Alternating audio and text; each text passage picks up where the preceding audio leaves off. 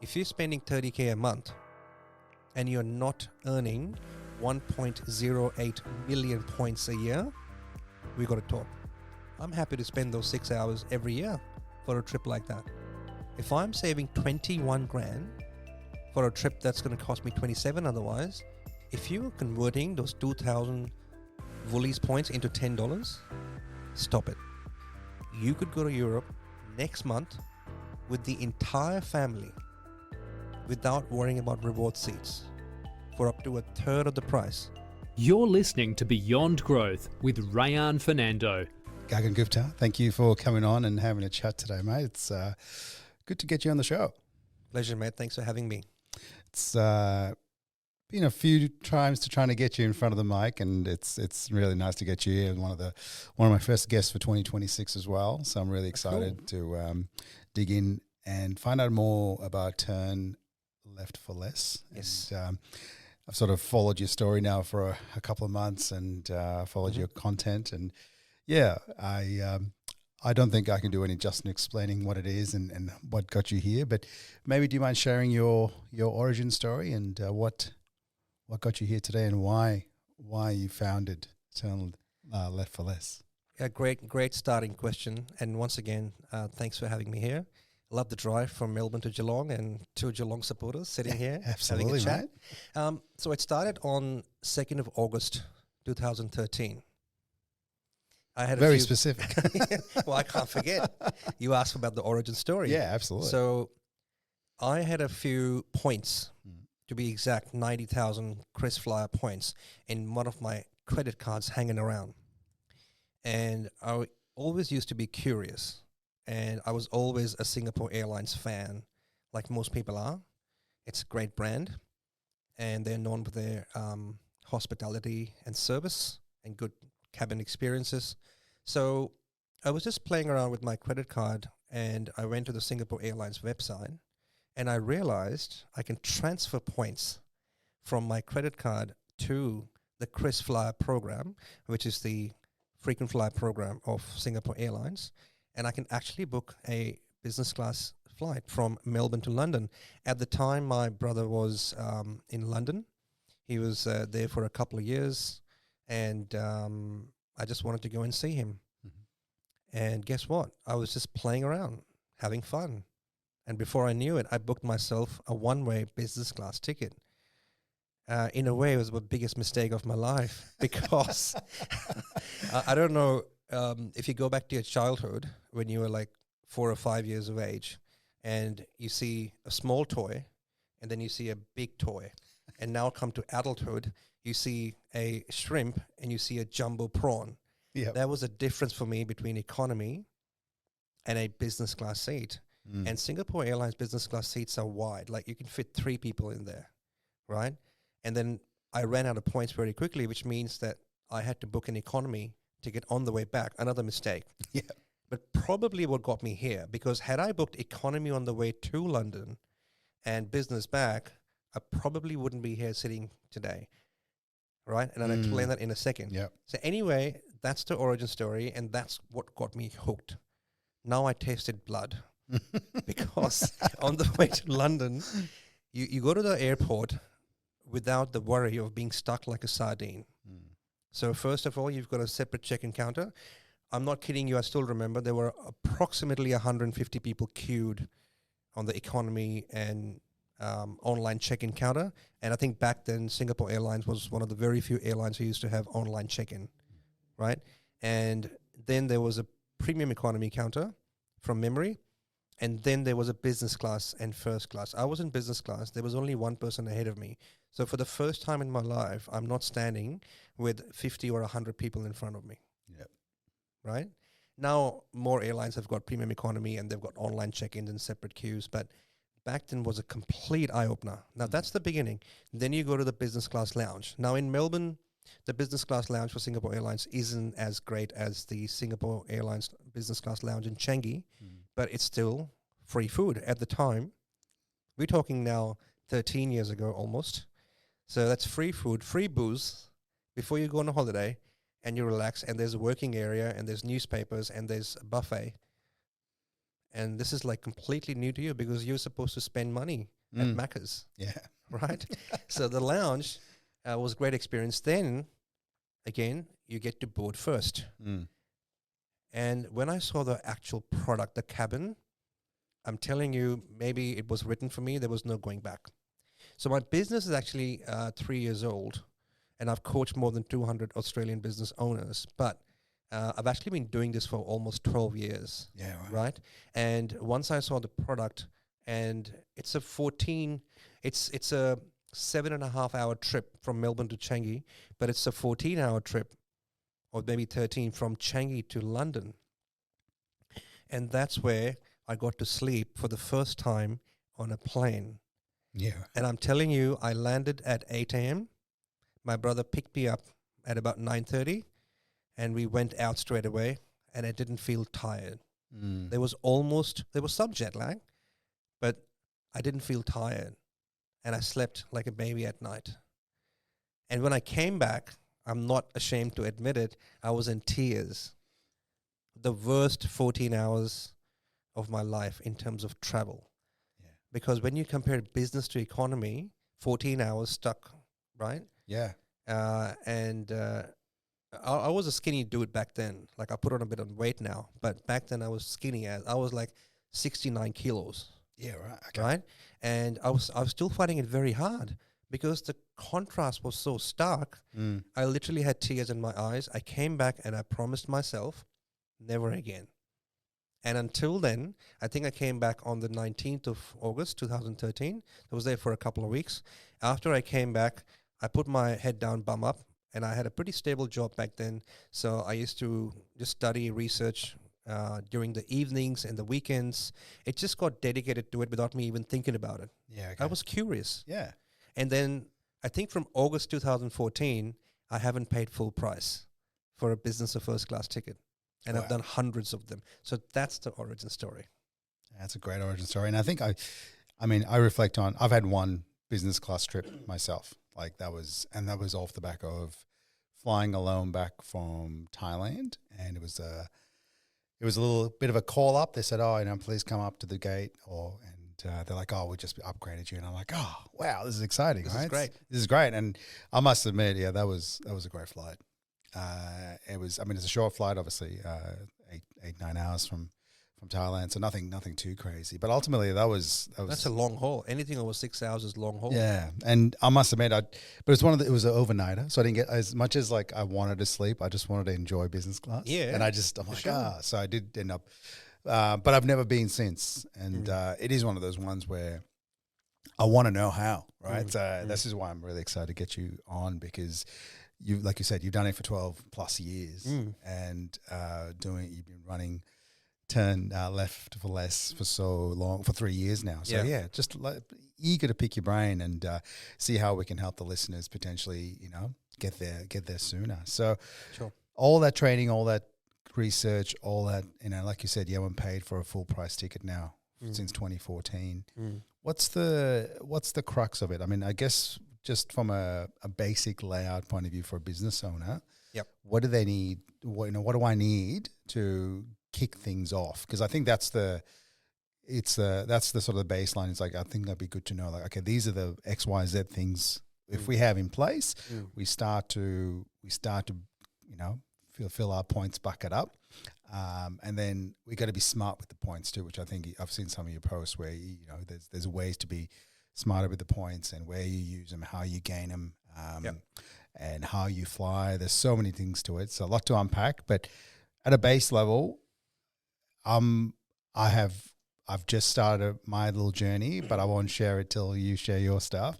But talk to me through, like, okay, what does a business owner need today to really get going?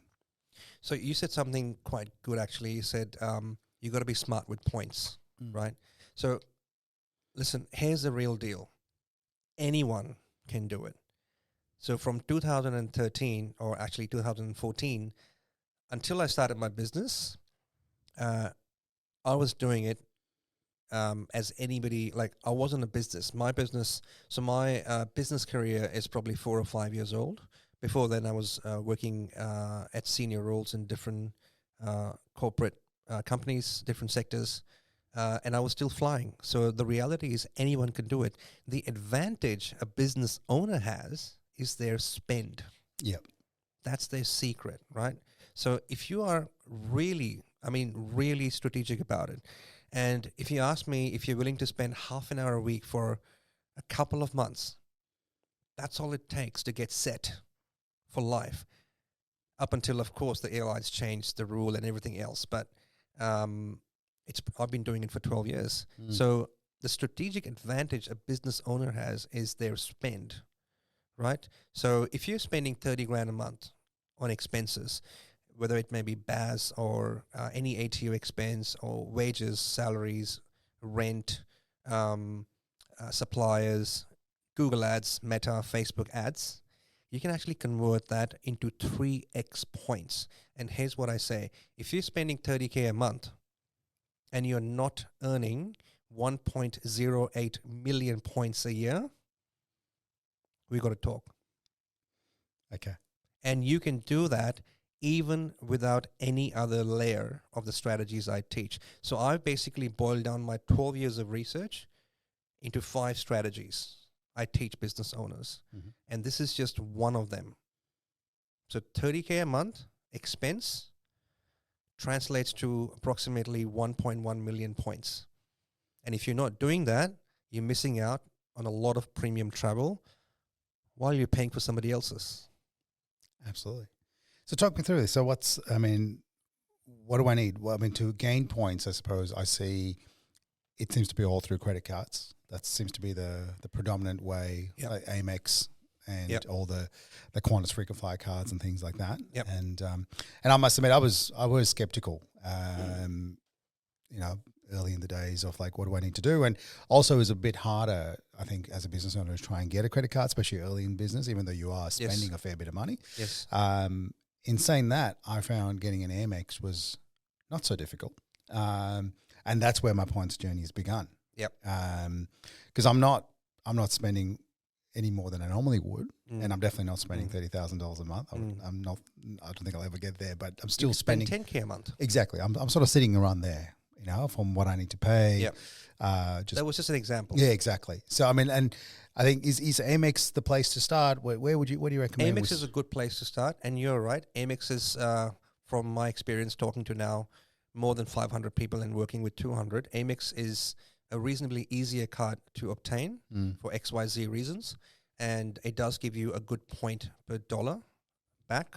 So if you're spending, let's take an example, Amex Platinum, the most common business card most business owners have is the Amex Business Platinum, and it gives you 2.25 membership reward points per dollar, but then you've got to halve it to get Qantas or Velocity. So it's 1.125 Velocity or Qantas points. So in essence, you're getting 1.125 points, airline points per dollar when we talk about Qantas or Velocity, right? That's where you should start. But for people who, I just want to talk about for a minute people who don't have a card, because you raised a good point. If you're in your infancy in your business, the first 6 to 12 months, and you're building up, you're trying to make a buck, right? You're between that $0 to $10,000 income range, which that's how we all started. You can still get points. You can still use platforms like pay.com.au and pay your expenses through the platform and get points. So it's like, nothing against PayPal over here, but when you pay somebody through PayPal, they charge you a fee, but you get nothing back from your bank account. Or if you are paying a Stripe invoice, you're paying anywhere between 1.8 to 2.2% fees, depending whether it's domestic or international. With pay.com.au, even without a credit card, you can pay with your bank account, pay a 1.8% fee, you get double the pay rewards, which then halve into Qantas or Velocity. Example, if you spend 100 grand a year, which most business owners would do on average, which is under 10K a month. So 100 grand a year spent through the platform without having an Amex or any business card, you can still get 100,000 points, which is enough for a one-way business class travel to most places in Asia with only paying taxes. And that 1.8% is tax deductible. Yeah. And that was the bit that I was explaining. So I just signed up to pay.com.au as well. Great. I mean, you've Did you use my link? No, I'm kidding. no. Well, I signed up before. Because you get a few more goodies if you do. Oh well, yes, I missed out. I'm sorry, but at the same time, I'm glad I've already kicked off. But yeah, absolutely that, and I think that was what I was explaining to my wife. Like, oh no, I use the platform, I pay, and I pay a fee, and the fee is deductible. And she's like, that doesn't make sense. And I had to like sort of explain from a tax point of view, it sort of has those benefits of the fact that you are, and that's where the magic is, right? If you're a business, it makes like pay.com just makes sense. .au, sorry, pay.com.au, very very different. Website. Yes. It makes a difference when you do that because then, you've got a fee, it becomes a deductible, and then end of the day, you get the bonus of points of traveling once a year or whatever it is. So here's a huge tip for maybe you and definitely for your listeners. Your wife's actually pretty smart, and she's not wrong because most people are conditioned to look at what's going out of your pocket. Yes. So she's 100% right because you need someone to explain to you how to redeem the bloody points. Yep. Right? I've had customers come to me who are sitting on 16 million pay reward points. So like Amex membership rewards, there's pay rewards, and then you halve them to get Qantas or Velocity, right? And they're sitting on almost 8 million Qantas or Velocity points, but nowhere to go. So half the magic is earning points. I would probably say more than half the magic is redeeming. So here's a tip. If you can buy or earn points or acquire points below 1.5 cents per point, it's good. For example, if you can buy points at buy 100,000 points for $1,500 or less, it's a good redemption because then I can tell you how to claim them at $4,000 or higher. Right. So you've just benefited $2,500. And to break it down, to bring it back to cents, put it this way: if you can buy a point for $1 cent, and if you can redeem it for 4 cents, what just happened? You just multiply 4x. Yeah. If you can buy it for 1.5 cents and redeem it for 4.5, it's 3x. Even if you can buy a point for 1.5 cents and redeem for 3 cents, it is still 2x. So my clients, even the ones who are not doing all the strategies, they would usually get at least, like they would save at least 50% on a normal business class ticket. And a good 60% of my clients are paying full price right now for business class tickets, right? Yeah. So there's other elements as well that like sometimes seats are not available and you, for some like for some countries or cities, you got to book in advance. For some, you can actually book at the last minute. And that's the redemption side of things. But when we talk about a platform like that, most people would only look at the expense side of things. Yeah. But if you know the magic or the trick behind redeeming at 2x, 3x, 4x, like some of my best clients, including me, I have redeemed at 8 cents. Right. 8 cents. So I've gotten points for free, which I call organic. And then I've gotten flights where, the redemption is almost 6 to 8 cents. That's huge. I'll give an example. Yeah, that's what I was looking for. One of my first Singapore Airlines first class flight. Yeah. This is a real example, by the way. Mm-hmm. And if you like, later on, I can send you a receipt, which you can show, obviously grey out my private details. But I flew a $6,000 first class flight from Singapore to Melbourne with Emirates, and from Melbourne to Singapore with Singapore Airlines, both ways first class. And I paid $100 for the Singapore Airlines first class ticket because the points needed were approximately 195,000 miles, but I got them for free. How'd you get them for free? Buying insurances. Guess what? Do you have a car? Yeah. What do you need? Comprehensive car insurance. You have private health insurance? Yeah. Aha. Okay. You own a home, so you got home insurance, right? You need home insurances. You pay for electricity? Aha. So you have utilities giving you free points. I have just told you a way to get almost 300,000 points for free. Medibank, Bupa, I think HCF, right? And there's another one. They're giving you up to 130 points. Sorry, 130,000 points. And that's through them partnering with the airlines. Airlines. Yep. Yeah, okay, cool, Yep. cool. So right now, as we speak, today, you could sign up for a top level. I'm not saying you have to, and please do your own sums. I'm not Yeah. an insurance expert, but if you are looking for a new private health insurer and your year is up, right, you can actually sign up to Medibank if you tick all the boxes. It's a very sensitive area because people have different, Yes, of course. legacy plans and issues and so on. So don't just change for points. But if the maths add up and if you tick all the boxes, you could get up to 130,000 points. Like most families or some families will have the top cover because of XYZ reasons. Yeah. And they're paying up to $600, $800 a month. But if you could clock in 130,000 velocity points for free, Why wouldn't you? and I value points at about 4 cents, right? Pay.com.u's latest calculator values it at 3.5.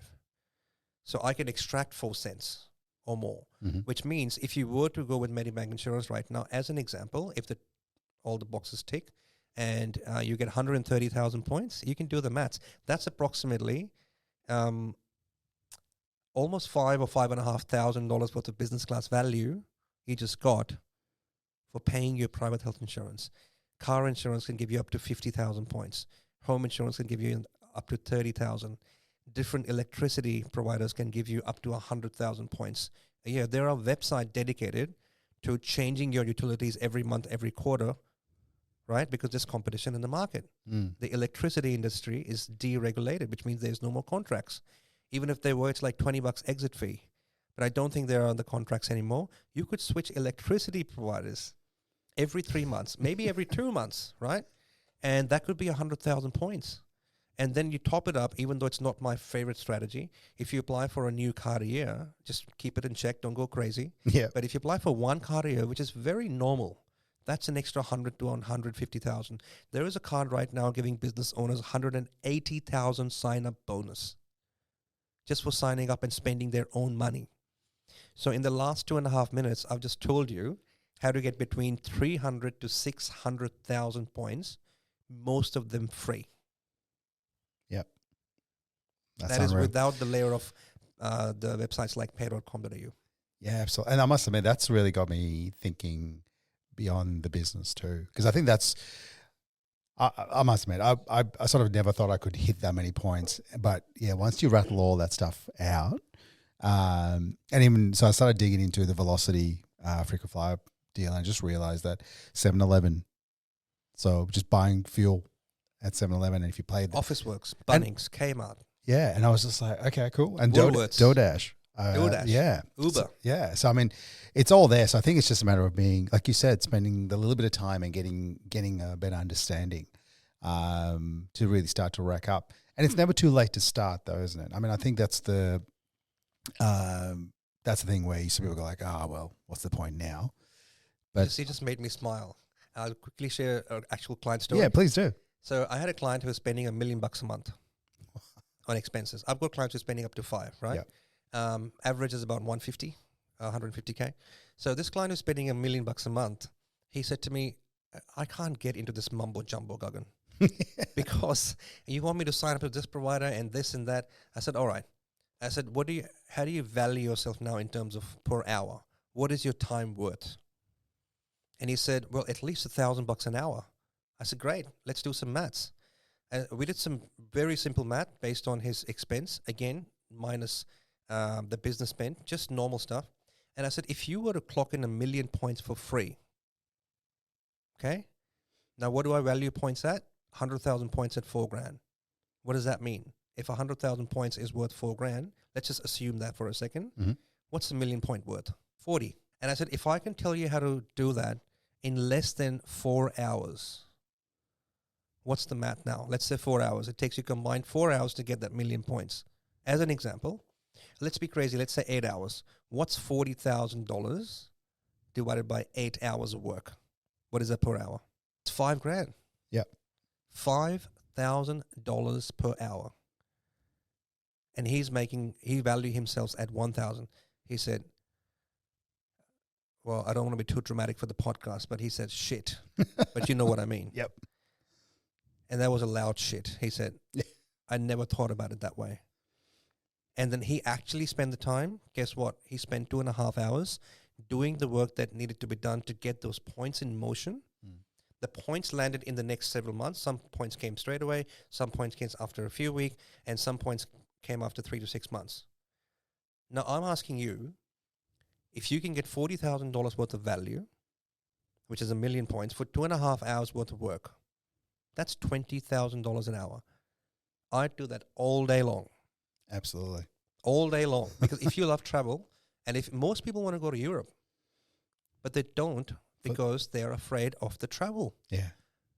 And it's not actually the airplane or, getting stuck inside an aluminium tube full of flammable oil for 20 to 25 hours. Please don't put it like that. That came up wrong.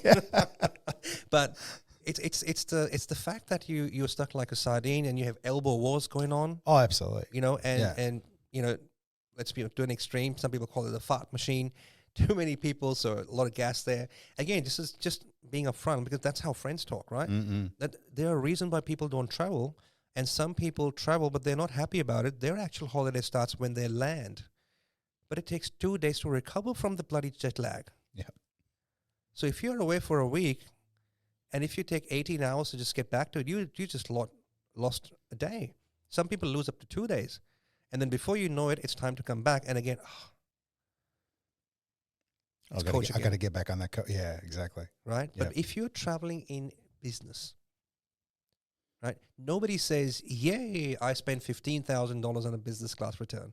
But I tell you what, people say, yay, I just got a business class ticket with points for $800. I wish I can do it again. And that's what I'm doing. I'm helping people do it again and again and again. When you start working with someone, and the more you talk, the more I my cogs in my brain are turning with where I can get points. But is it a scenario where you do need to evaluate every so often, like in the sense of like it's not a set and forget? Like you mentioned, potentially signing up for a new card every year, and then you don't have to. It's just an example. As an example, yeah. But is it if you really want to get into it, you've just got to keep your what's the word? You've got to keep, I guess, keeping on top of it every so often. Yep, that's a great question. So there are there's different strategies, right? So if you are spending over $100,000 a month, you can actually set and forget. Okay. And people who are extremely time poor, we even have a concierge service. Very in-demand service where like, Gagan, I don't care, charge me what you want, but find me the seats. Right? So for those people, you can actually set and forget with certain strategies where points will just come on repeat based on your business spend, and you can get between 1 to 3 million points a year, and that's enough for their travel requirements. Right? Yep. And then they use our concierge service to even find the seats for them. Now, we don't guarantee anything because nobody can guarantee reward seats except the airlines, because only they know when they're going to release how many, when. But because of years of experience, I know when to find them, how to find them, better than an average person. So that's one strategy. The other strategy is, if you got a bit of time, you could do it yourself. So if you have 2 to 4 hours a month, let's be honest, we spend way more than that watching shorts cat or videos. clips or dog videos or cat or pigeons and that's fine if that relaxes you. Yep. But if you are prepared to spend 2 to 4 hours a month for the first 2 or 3 months, and if you're really slow in learning something, maybe 6 months, if you fast, maybe a month. Here's an example. A client who's spending about 1.6 mil a month, he knew nothing about points 5 months ago. He didn't even know velocity is a thing. He just knew that there is Virgin Airlines and Qantas Airlines, and that's it. And he was paying everything through a bank account, didn't have a card, didn't understand them, old mentality, everything's cash or bank account. And I'm telling you now, in 5 months, he's become my best student because he had an intention to learn, because he saw his friend spending $10,000 a month, which is what you said where you are, traveling in business class with points. And he's like, what the hell is going on? I'm spending 1.6 or 1.5. Yeah. This dude over here is spending 10K and he's traveling with his wife in business class. Now, obviously, people don't spill these secrets, the one who know them. right? Or they try to keep it themselves, or they will just say, look, it's 3 points in this, but there's much more than that, right? And then this dude who's spending a lot more, he said, and this is a real story, when they found out my coaching fee, his brother said to him, don't have to do it, because maybe it's a scam. People feel that way because there are a lot of scams happening, right? Unless they say you 47 times, they think you're not legit, right? Thankfully, I've been there for more than 47 times because of my content marketing and reviews and whatnot. But this person said, no, I have to learn. And that's the difference between a good student and an average student. It's the desire. It's not how much you're spending. You could spend 5K. My barber, who spends 2K a month, right, on expenses, is about to travel to Japan in business class. Awesome. It's about intention. But the advantage you have if you're spending more is significantly higher because you can get a lot more points a lot faster, 10x. And now this dude who was spending 1.5 mil, he's now traveled 6 times, twice in first class, 4 times in business class, twice with family, and now he's getting his parents from India to Melbourne with points. And that's a long trip as well. And that's the dude I was talking to you about that I'm catching up with tonight. Yeah, cool. Because he just wants to thank me. Yep. And he can't believe it. But he followed my strategies to the T. Now, how come a guy who's spending 1.6 mil a month has found the time for it? Because he's a smart cookie. He's realized if I can spend the initial 10 to 15 hours learning this, I can do it like Gagan does for a decade. And he's thinking about the next decade. And that's what business owners do. They take calculated risks. I use the word calculated very carefully because that's what I do. I'm not guaranteed to get a reward seat. I just came back from India 2 weeks ago, and that was probably the most rushed trip I had planned. I decided 4 days ago I want to go. And I got my tickets done 48 hours ago from the time I'm traveling. Yep. And that's to say that there are reward seats available last minute as well, because the conventional thinking is you've got to book 11 and a half months out. And you do sometimes. But if you're traveling solo or as a couple, sometimes with certain airlines, if you know the tactics, there are seats available last minute.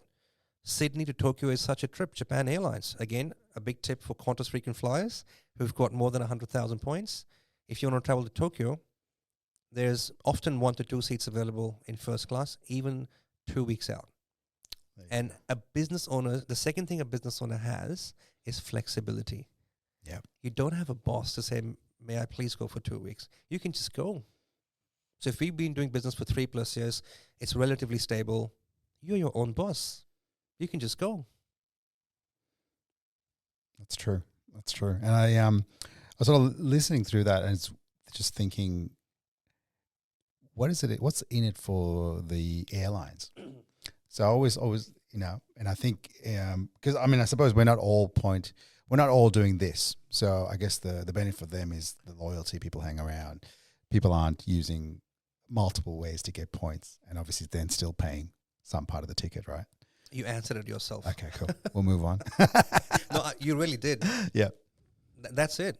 Not everybody is using it. And that's why I said before, you're probably paying for my ticket. Yes, yeah. And guess what? Here's another tip for your listeners. If you're converting those 2,000 Woolies points into $10, stop it. Yes. You might as well transfer them to Gagan Gupta Retirement Fund. Because you're taking the flights. Yes. Because you can convert them into Qantas points. And you get 3x, 4x more value. The same with flybys. Convert them to bloody Velocity. Don't spend it on $10. It's an instant rush. $10. Oh, I got $80 worth of groceries, but I only paid $70. Well, hang on a minute. I'll do some maths with you real quick. May I? So $10 is about 2,000 flyby points, right?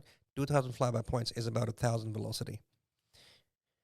So if you're able to get 200,000 flyby points through different deals, right? Through different deals. I won't go into detail, but there are many deals through which you can do it. HCF is one hint, and the Coles 4-week challenge is another hint. So let's say you get... I'm writing that one down. Let's say you get 200,000 flyby points, right? Now that's worth 100,000 velocity points. Now, if you were to transfer them into $10 equivalents of 2,000 each, if you do the maths, that's probably $1,000. You can either get $1,000 off your groceries, or remember what I said before: 100,000 points is worth $4,000.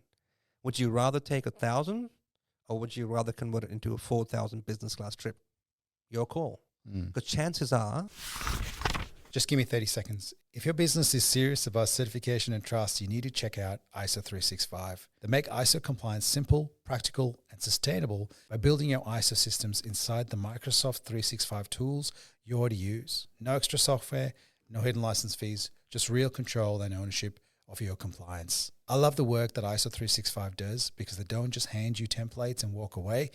They become part of your team as virtual compliance officers, guiding you from gap assessment through to certification and long-term compliance. If you want compliance that actually works for your business and helps you win trust and new contracts, check out ISO 365. And now back to the show.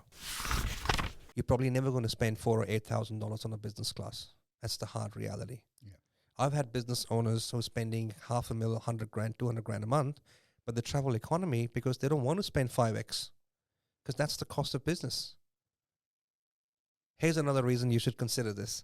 The difference between economy and business in terms of points is only 2 or 2.5x. What do I mean by that? So if an economy ticket is 80,000 points, let's say from Melbourne to Paris, again, pure example, but the business class is 180,000 points. What's 80 and 180? It's about 2.4, 2.2x, right? But if you're paying cash, then it's a difference of paying 1,000 or 1,500 or 2,000 versus 12,000 or 10,000, sometimes 15. So it's between 5 and 8x with cash. Think about it. But with points, it's only 2 to 3x. Big difference. So it's far easier to travel in premium cabins if you pay a little bit attention.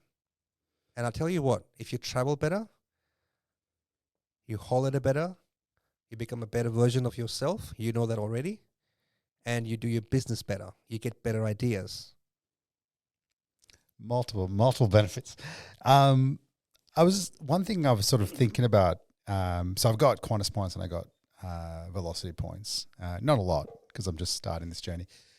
Does it pay to stay with one airline in this sort of scenario? I mean, pay.com.au allows us to obviously point our points in a couple of different directions. Yep. Or multiple directions rather.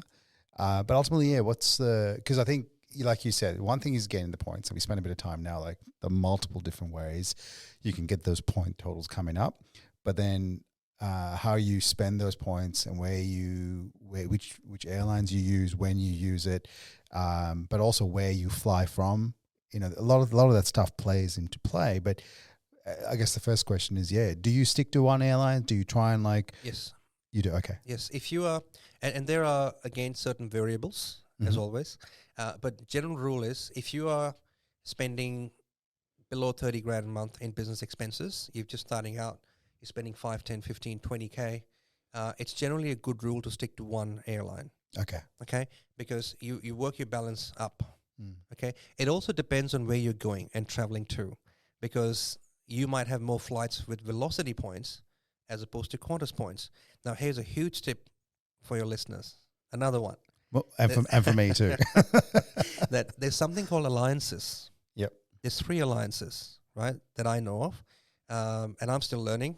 Star Alliance, which is it's like a conglomerate or certain airlines who've decided to work together. So you have Singapore Airlines, Thai Airways, Air Canada, Air India, Lufthansa, and a few more that are part of an alliance. Star Alliance, most people have heard about it. Yeah, I've heard of right? that one. Yeah. The second one is One World, less popular, but that's where you have airlines like Malaysian Airlines, Qantas, Finnair, Japan Airlines, American Airlines, part of that conglomerate. And then you've got a Sky Group, Delta Group, where you've got Korean Air and so on. Most people have not even heard about it. Some people have heard about One World. Most people have heard about Star Alliance. So we'll stick with that. If you have Qantas points, you basically have points to be able to book with most of the airlines in that shell. So you can use your Qantas points to book with Malaysian, to book with Finnair, to book with Japan Airlines, right? Even Emirates. So your Qantas points are going further, but most people, only because they're busy doing what they're doing, don't ever pay attention to the fact that you can use your Qantas points to book other airlines within that alliance and not just Qantas, right? So it's about, again, going back to your question about where do you start? Yes, it's a good strategy to stick to one airline, especially if you're spending under 30K. But then it also depends on where do you want to go, how big the family is. If you're a solo traveler, just pick one airline. Pick one frequent flyer points. Yep. And the easiest points to earn in Australia are either Qantas or Velocity, right? However, if you are spending more than 30K, let's say you're spending 80K a month on business expenses, then that's where you start to diversify. And you can have 500,000 points here, 500,000 points there, or your points can be inside of pay.com.au, just sitting there because they don't expire. Because the moment you transfer points or you have points within an airline frequent flyer program, except a few in the world, the clock starts to tick. Yeah.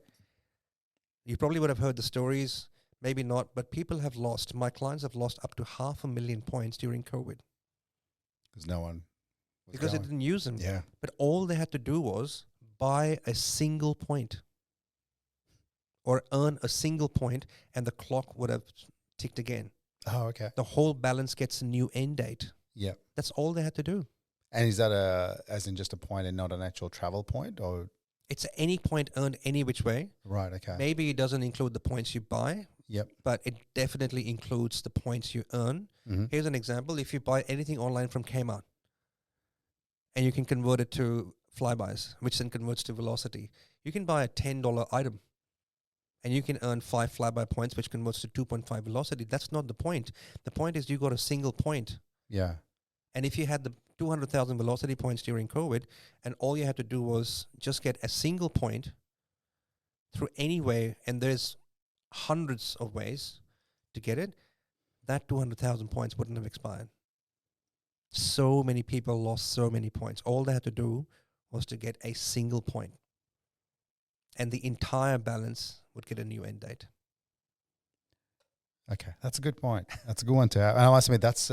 Especially with non-Australian airlines. I'm sorry, I just want to add that. Yeah, okay. A lot of people love Emirates for the right reasons. Yep. I love Emirates. And a lot of people have Skywards Point, or they love Qatar and they have Avios. Now, because it's a non-Australian airline, there's no direct way to earn. You can't shop at Bunnings or Coles and earn Avios or Skywards. Yep.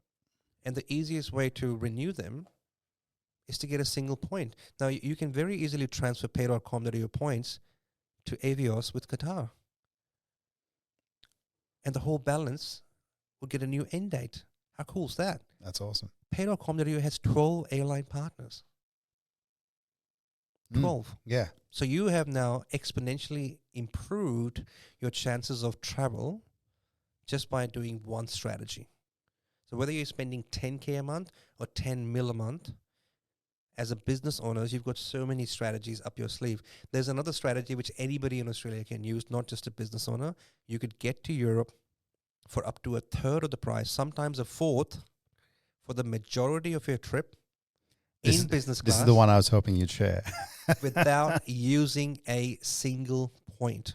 I repeat, you could go to Europe next month with the entire family without worrying about reward seats for up to a third of the price, sometimes a fourth, for the majority of your trip with top-tier airlines in business class, return I'm talking, without spending a single point. Please share more on that one, because I was in this workshop and I was quietly making mental notes while driving and listening. But so tell us, how does someone approach this? So all you have to do is start your trip from Asia. Instead of starting your trip from Australia, of course you got to get to Asia, but the alternative is get to Europe all the way in economy. The compromise is you just get to Asia in economy. or use your points to travel in premium or business. But it's from the Asia hub, and there's about 5 or 7 or 8 hubs like Manila, Jakarta, and so on, which you could then travel from to places in Europe and return in business class for as little as $2,100. That's ridiculous. Why is that? It's because of a couple of reasons. It's positioning. There's a lot of population in Asia. No prizes for guessing that, right? And the Middle Eastern airlines probably worked out some time ago that they want a piece of the slice. They want a slice of the pie, whatever you want to call it, market share, and they became really smart about it, right? And they reduced the price. It's because of competition. And in Australia, we're used to paying high for everything or more for everything. I call it the Australia tax. Yeah. Right? Now, big difference between a 15 grand ticket and a $2 or $3 or even $4,000. Yeah. Right? So here's a real example. A client of mine was quoted 4.5 grand, premium economy, Australia to Europe and back. And flying to premium economy. Premium economy. Yep. Not economy, but not business as well. Yeah. Now, they were flying to a destination they didn't want to go to, but it was close by. So they're still not going to where they want to go. But it's 4.5 because where they wanted to go, the premium economy was 5.5 grand. And it's a family of 6. Wow. Okay.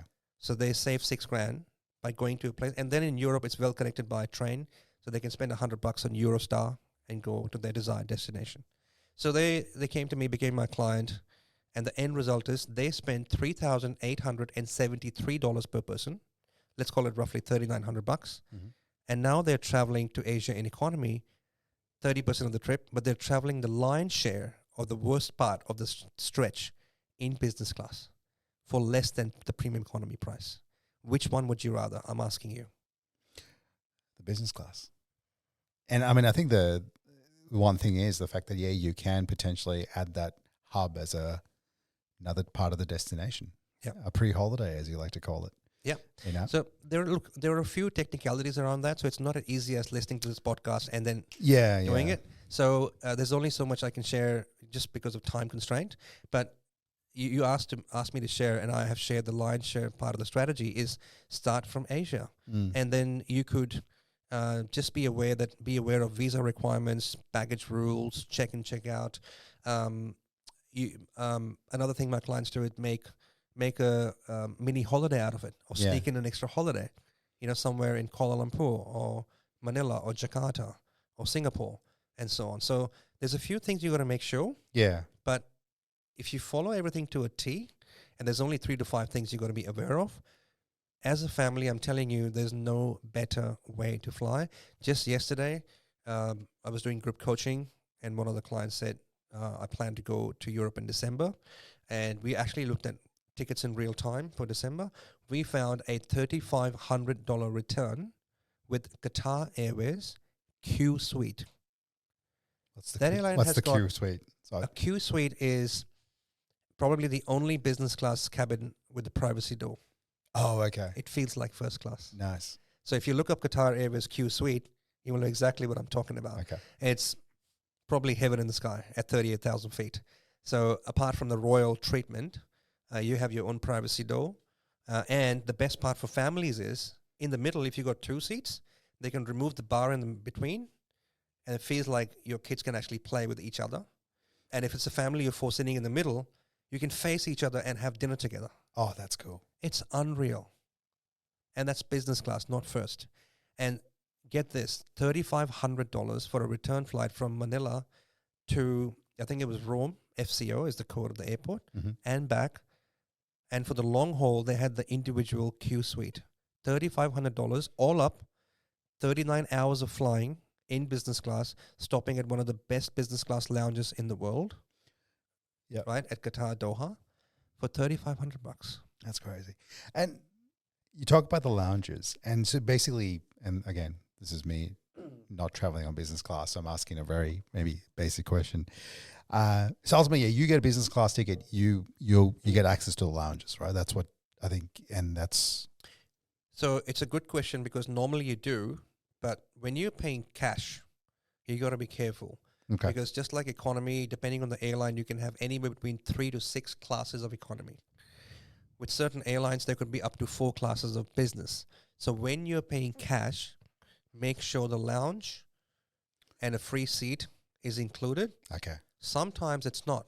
Yeah. So you got to make sure it's included. And that's one of the 3 to 5 points I was talking about that you got to be aware of. Yeah.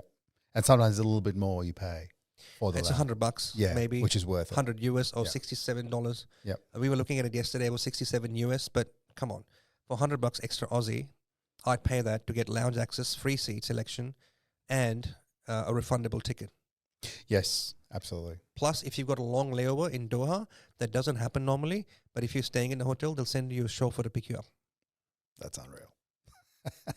And I must admit, I mean, you're speaking through Qatar Air's business class and how amazing it is. I'd hate to think what first class is like, because if that's business class, I mean, compared to being Well, just think like this: if you are Chris Hemsworth or a celebrity, that's what you get treated like in first class. I wonder if he gets point. Like he runs the point system. Probably not. Maybe they don't need to. Or some stingy celebrities might, because as I said, people say people with the money are tightest with the money. That's often true, but it's not because they're tight. It's because they're being careful. They're strategic. Yeah. Somebody who's running a building company or rental company knows the value of saving $1 per square meter when they're buying tiles or wood or whatever. Yeah. You've got to be strategic about it, right? Because then whatever money you save, it's either profit for you or you can pass on the savings to your clients. Yeah. So it's being strategic. And then they are bringing the same rationale to points because now they know they can. That's awesome. And okay, there's, I mean, obviously a lot more we can talk about in the points section, but I want to talk about, what you bring to your clients. You said, I think you just mentioned group sessions as well. Yes. So you do one-on-one coaching in this space and group coaching. What's the journey like with the client? How long do you spend with them, and what's the value? What's the benefit gained by spending time with you? So we have 3 offerings to clients. The hero program right now is the group coaching. Mm-hmm. We have a DIY version. If you have a lot of time and you want a package that comes with the community lessons where you can follow the videos at your own pace at your home or office, you can have that. I've built a school community, SKOOL. Oh yes, I saw that. Right? Yes. So Okay. you can be a part of the community. It's DIY. So that's one offering. So I've really recorded. It took me 6 months, but I recorded my 12 years of knowledge in 7 modules, and then each module is divided into certain chapters. Right. Cool. That's one offer. The other spectrum on the complete other side is a one-on-one coaching, where I work with you, customized. It's like a platinum service, white glove service. It comes with 1 concierge assistance done for you, where we actually work with you very closely. It's 3 to 5 sessions, a complete one-on-one based on your travel requirements, right? And then in the middle, we have the group coaching, which is, it could be anywhere between 2 and 4 people in a group right now. With the way it's going, it could be up to 6 people or more, I don't know, to keep up with the demand. And it's a great way because in group coaching, what I'm finding is people learn faster. Because somebody else might ask a question that you didn't even think about. Yeah. And then in the last 3 groups, what's happened is 4 actually, 9 out of the 12 people have already booked their tickets. Oh, wow. This has never happened before because historically in the last 2.5, 3 years, some clients will book their tickets depending on their speed of learning or implementation or when they want to travel and how far ahead they are booking, maybe in month 9 of coaching or month 1 or month 6. But recently with the group coaching, I found people are booking flights faster because, I don't know, maybe they're traveling sooner or they're seeing other people book a flight and they get motivated and now they got this fire in their ass saying, shit, this guy's done it. I better do something. Better competition in the group. Yeah, and it's a very sweet competition. Yeah, nice. It's a joy to watch. Yeah. Because that's like, what's 9 out of 12? 75% in the first month booking flights. Yeah. That's unreal. That's unreal. Yeah. And I'm talking people with families. And 2 of those people have booked first class. So we're talking about how first class is separate. They've booked first class tickets. And one of the other differentiators is you've got 12 people looking after 500 people in economy, or 300. Mm. Then you have 6 to 8 people looking after 50 people in business. I'm just giving an example. Yeah. And then you have 6 people looking after 6 people, 6 crew members looking after 6 travelers in first class. Oh, really? So One-on-one? sometimes, and if the first class cabin is not usually full, it's only been full twice. I've traveled like 10 times, maybe more, maybe less, but it's only been full twice. There's a maximum of 6 to 12 seats in first class, usually 6, sometimes 4 cabins, and it's usually not full. So if you've got 3 or 4 or 6 crew members, sometimes I've had all the cabin crew attending to me only in first class. And you've got 2 to 3x more space. In an A380 Emirates, you can take a shower on the plane. Really? Yeah. Oh, man. So business class and first That's class. literally all I want to do at the end of a flight is shower. You look at the area of that bathroom, and I'm telling you, if you look at this area where we're sitting, it's 3x. Wow. And that's the bathroom size. If you compare that to a normal economy where you've got to squeeze to get in, Yeah. right, and do your business, it's 12 to 15x. There's a hangar area, there's 2 mirrors, and they've got a bar at the back of the plane, even for business class passengers. So it's a different way to travel. It's how travel should be, and I'm trying to make it available to business owners. That's fantastic. Gagan, you sort of mentioned, I guess one of your fondest memories or fondest moments was to get your parents on a flight. Talk us through that ability to get them on. I think it was it first class, I think. And what was that experience like because I think that's for me ultimately. Yes, I'd love to experience this and fly better. I'd love for my family to do it, but I think that to be able to get your parents those kind of flights and be able to afford it and just letting them experience something that they would otherwise never even dream of doing. No way. That's got to be a special moment. It's a very emotional topic for me. And whenever I play that video in any of the masterclasses, I get teary real quick. So I try to move on really quickly. I noticed. So that's why I'm bringing it up. I'm sorry. Bastard. Ever since I started this business, I had this wish of mine to take my parents on a world trip in business class or premium cabins, at least premium economy. But just like we talk about other people, I was skeptical. So here is me, a points guru, a points nerd, doing this for 9 years, traveling by myself, and now wishing I can take my parents. Can I or can't I? Right? And then it's amazing how lucky you get when you work hard. Right? So this opportunity came in May 2025, right? So I was looking, and then I found 3 first-class seats, very rare, Qantas Airlines A380, Sydney, Singapore, not Melbourne, Singapore, Sydney, Singapore. So my compromise was to go to Sydney, but it's first class. And guess what? No prizes for guessing. I went to Sydney in business class as well, using my points. And most people spend $500 on a business class seat, domestic. I spent $54, right? Anyway, so that was something really special because I actually didn't realize how special it is until my parents got there. So we paid $772 for an otherwise $14,000 or $15,000 trip, because those flights are worth $4.5 to $5,000. If you look up on Google right now, Melbourne, Sydney, Singapore first class with Qantas, it's around that $4.5 right? So we spend $700, $800 on flights worth $13.5, $14,000, right? And I realized how special it is when, and I haven't told the story to anyone. So first time, we came back, and my father said to me, "That was really good." And he said, "I've got my problems in my knees." And that's the first time he could stretch them. Yeah, that's cool. I'm telling you, it's unreal to be able to give back to your parents who dedicated their life to you, to bring you up, to feed you, send you to school. Most people take it for granted. I did.